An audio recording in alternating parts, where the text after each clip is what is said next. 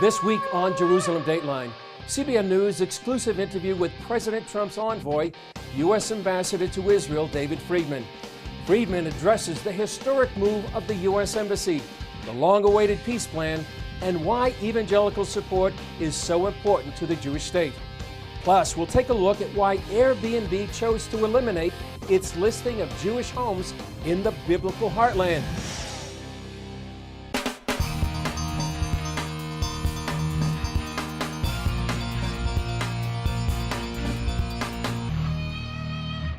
Hello and welcome to this edition of Jerusalem Dateline. I'm Chris Mitchell. U.S. Ambassador to Israel David Friedman discussed a number of pressing issues in the region with me: the upcoming peace plan of the Trump administration, the danger of Iran, and the changing politics in the Middle East, and why evangelical support is so important to Israel. Take a look. Only one U.S. ambassador in history holds the distinction of serving in Israel's capital, Jerusalem, David Friedman. Now he sits at the epicenter of a Middle East going through historic changes, a much-needed peace plan, and as we found out, unprecedented relations between the two allies. The Trump administration is the most supportive administration with regard to Israel in American history. And I think that's helped Israel in direct ways. A widely anticipated peace plan remains shrouded in secrecy, although Friedman explained one of its guiding principles. Nobody should be asked to take incremental security risk in pursuit of something that has yet to bear fruit. So we're very cognizant of Israel's security needs. Are the new regional alliances that seem to be emerging between Saudi Arabia, the Gulf states, Jordan, Egypt, and Israel, is that part of the calculation? It's all opening up, and I think it's just beginning. And I think that environment, creates opportunity. And I think it gives the Israeli public some confidence that they're not being asked to jump into an empty pool. Another marker of the Trump administration is change. During his address at the start of the Jewish New Year, Ambassador Friedman talked about slaying some of the sacred cows of the peace process, like defunding UNRWA, the right of return, and the so-called pay to slay, rewarding terrorists and their families. One other aspect that seems to be of the peace plan is the relationship with Palestinian businessmen and Israeli businessmen. And what was the importance of that meeting? On a practical level, I met with, 8 or 10 Palestinian business leaders. And to a person, what they all said to me is, let's do business. Let's get going. Let's do some work. We want to work with Jews. We want to work with Israelis. Yet overshadowing any Middle East peace plan is Iran. Iran is the danger. Iran right now is the leading international state sponsor of terrorism. Friedman noted that new sanctions against Iran will make a difference. They're extraordinary, where they can end this malign activity, or they won't, and the sanctions will continue, and ultimately, I believe their regime will fail. We also talked about why evangelical support is so important to Israel. It strengthens the president's resolve to, I think, be the best president Israel has ever had. An observant Jew, Friedman often sees his role through the lens of Scripture and showed me a constant reminder of how he hopes to serve as ambassador, a painting of the sin of the 10 spies from the book of Numbers. I've got this painting to remind me that the one sin I hope not to commit while I'm here is the sin of the spies, not to have faith, confidence, and vision. I think those are the qualities that really are essential for me to do my job the right way. And as a diplomat, Friedman sees God at work. I try to look at everything from a lens of what is best for the United States. That's my job. I represent the United States. Look, we are a nation under God. We're built on Judeo-Christian values, and much as I try, I cannot help but see the majesty of God's work in all the miracles that happen in this incredible country. We'll have more of our exclusive interview with Ambassador Friedman later in Jerusalem Dateline. But first, a number of Jewish American citizens who own property in Israel have filed a civil rights lawsuit against Airbnb, alleging that the internet hospitality company enacted a new policy that discriminates against them based on their religion. The suit came after Airbnb decided it would no longer list Jewish vacation homes in biblical Judea and Samaria or the West Bank. Some are even calling the boycott anti-Semitic. This is Villa Herodian in Tekoa, about 15 minutes south of Jerusalem. Owned by American-Israeli Louis Weinger and his family, it's one of some 200 properties affected by Airbnb's West Bank boycott. The Weingers host events and can sleep up to 14 people in their luxurious home. It has a spectacular view of the Judean hills, and it's listed on Airbnb, but not for long. I think it's crazy. It just doesn't make any sense that I can't list my property, but Muhammad down the street in Bethlehem can list his property and call it Palestine. Airbnb operates in 191 countries in 81,000 cities, but it said in a press release, when we applied our decision-making framework, we concluded that we should remove listings in Israeli settlements in the occupied West Bank that are at the core of the dispute between Israelis and Palestinians. That's obviously taking a position, a political position that I believe is discriminatory and anti-Semitic. I think our reaction should be that we could boycott Airbnb. And anybody who cares about Israel, the Jewish people, is willing to fight against anti-Semitism should fight against Airbnb. Israeli government minister Michael Oren says the Airbnb boycott could be just the beginning. It sends a signal that not just Jewish companies in Judea and Samaria can be boycotted, but the Jewish state can be boycotted.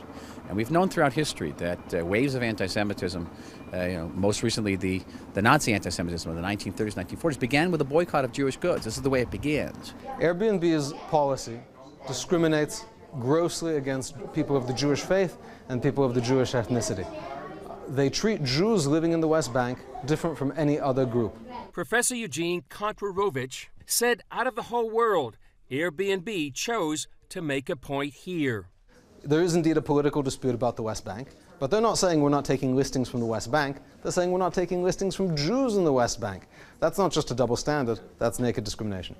Weinger's neighbor, Rabbi Eitan Levy, explained the Jewish roots of the area. Tekoa itself was the home of the prophet Amos. In the 9th chapter of Amos, he says that God will return his people Israel, they will rebuild their conquered cities, they will sink down their roots and never more be uprooted from the land, living out those prophecies today. For now, Weinger says he doesn't know what impact being unlisted on Airbnb will have on his business. But whatever happens, Levy says God will provide. Up next, Ambassador Friedman talks about the historic move of the U.S. Embassy to Jerusalem and the state of U.S.-Israel relations.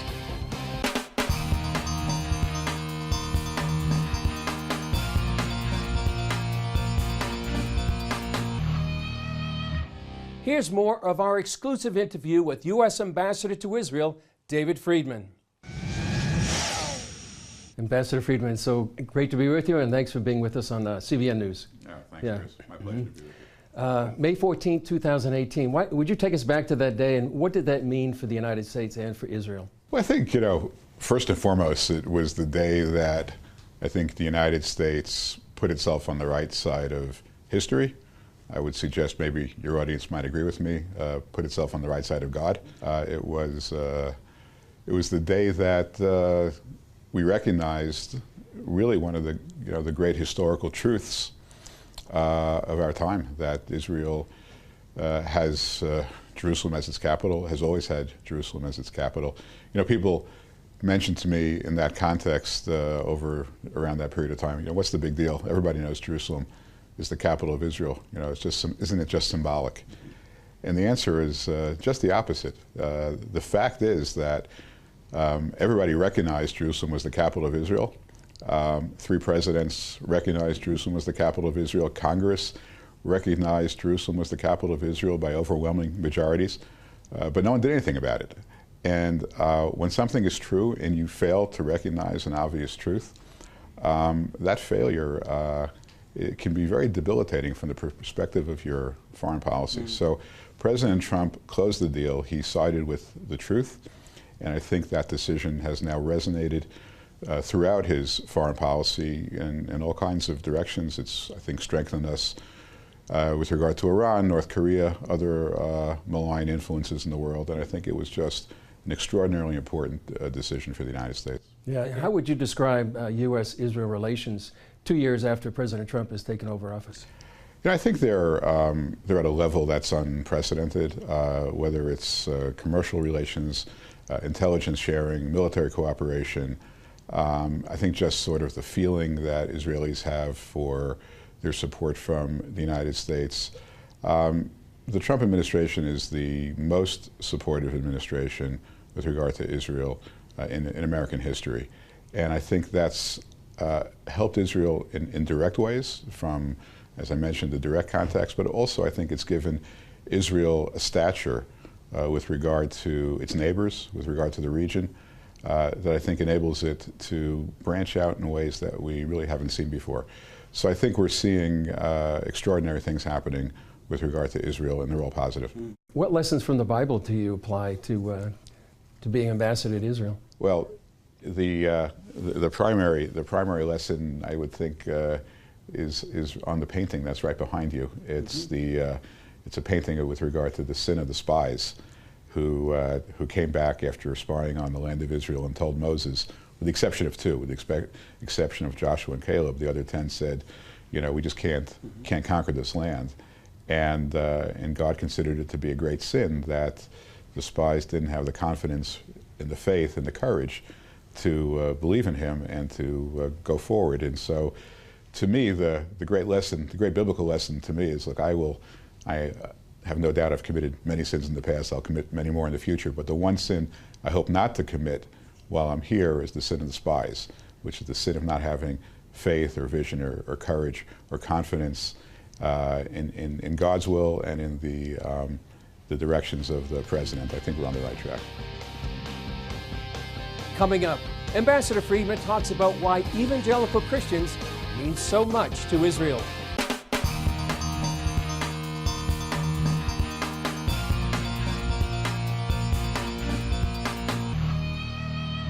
Here's what Ambassador Friedman had to say about the support of evangelical Christians. You referred to our viewers earlier. Millions of evangelical Christians really see Israel as their number one issue. What do you say, and what would President Trump say about the support of evangelical Christians for Israel and for your stand on Israel? Well, look, I think that the support for Israel is a principled decision. But when you have a principled decision that also has the benefit of being supported by, a mass of 50, you know better than me the number, but a large number of millions of believers, of evangelical Christians, it really strengthens the decision. It strengthens the president's resolve to, I think, be the best president Israel has ever had. So I think Israelis across the spectrum have great appreciation and gratitude to the evangelical community. You said Israel is a very small country. Do you think there's things that the American people don't know about Israel because they're not being told about it in the media?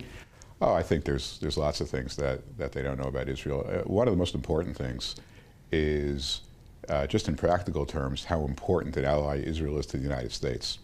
Without going into details, there are numerous events, dangerous events, terrorist events that were threatened against the American homeland, on American soil, that Israeli intelligence helped to prevent.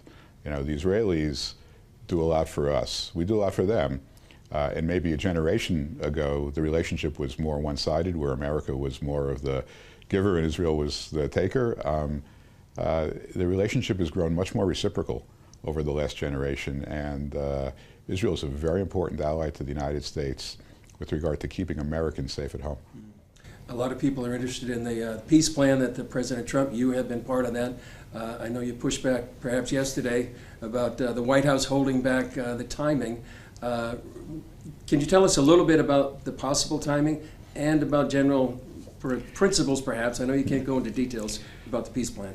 Well, look, in terms of the timing, they say timing is everything in life. And we really need to get to a point where we feel that we have something which will get the best possible reception from across the spectrum of all the players, obviously the Israelis and the Palestinians, and the regional players as well. And we're working on it, and we're having ongoing conversations.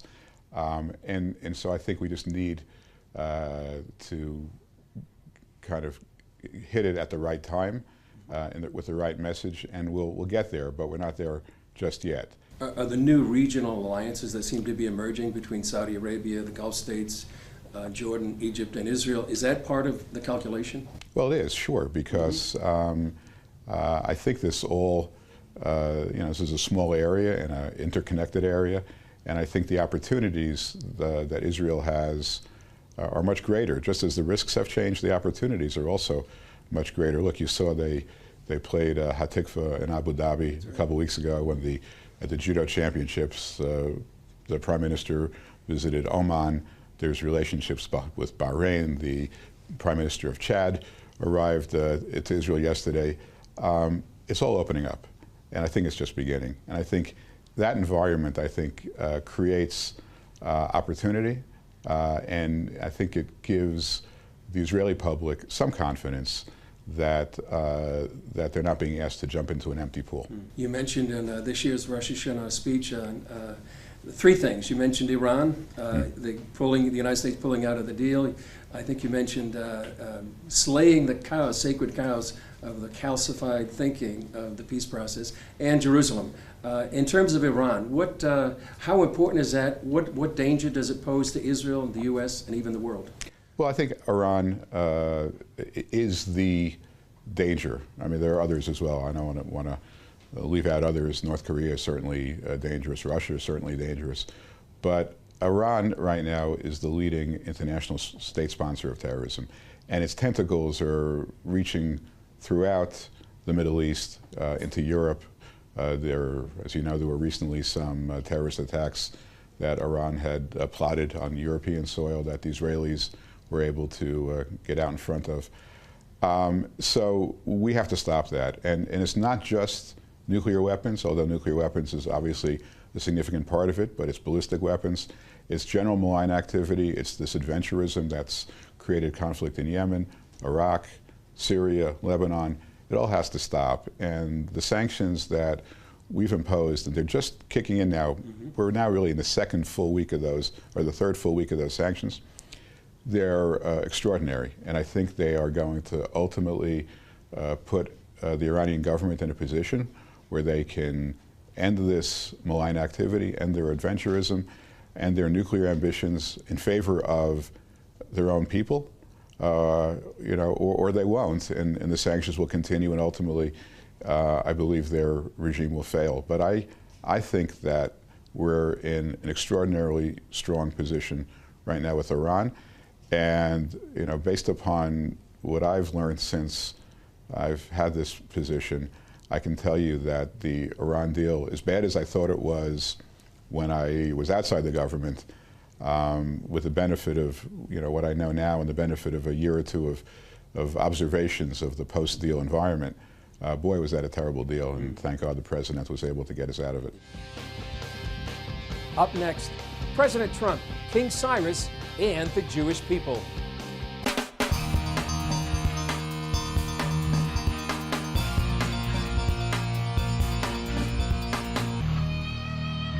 Outside the new U.S. Embassy in Jerusalem, Ambassador Friedman told me how he sees President Trump's relationship to the Jewish people.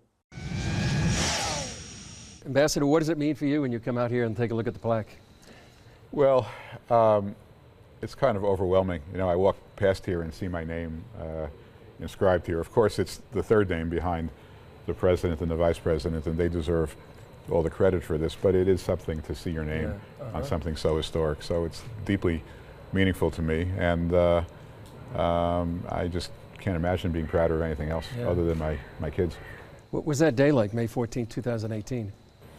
It was an interesting day because apart from all the things that you saw from being here, all of a sudden I'm a producer of a live television show. That's right. So I had to worry about things like, when they pull the curtain here, is it going to open? Exactly. And the day before, it didn't open. Oh, really? Yeah, we had, so I said, listen, get somebody up there, make sure this thing opens. We don't get a chance to do it once. Sure. So sure, we had a lot of logistics to worry about, but I thought it came off really nicely. I was very happy with it, and of course it was deeply moving from start to finish. Prime Minister Netanyahu on that day said, "We're living history." Did you have that sense as well? Oh yeah, absolutely. Yeah, but I'm living history every day. I mean, it's May 14th was an amazing day, but I try to make every day like that and not take it for granted and try to do something productive every day. Can't always be opening an embassy, but there's, as I said earlier, there's a lot to do. We try to make every day count. You feel like you're making progress? I do, yeah. I think we're on the right track. And it was almost, for many people, it felt like, at least Israelis talk about President Trump as King Cyrus.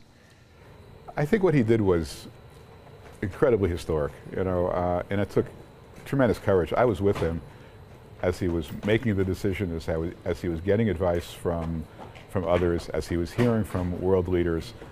The pressure on him not to do this, the pressure on him to just keep the status quo was tremendous.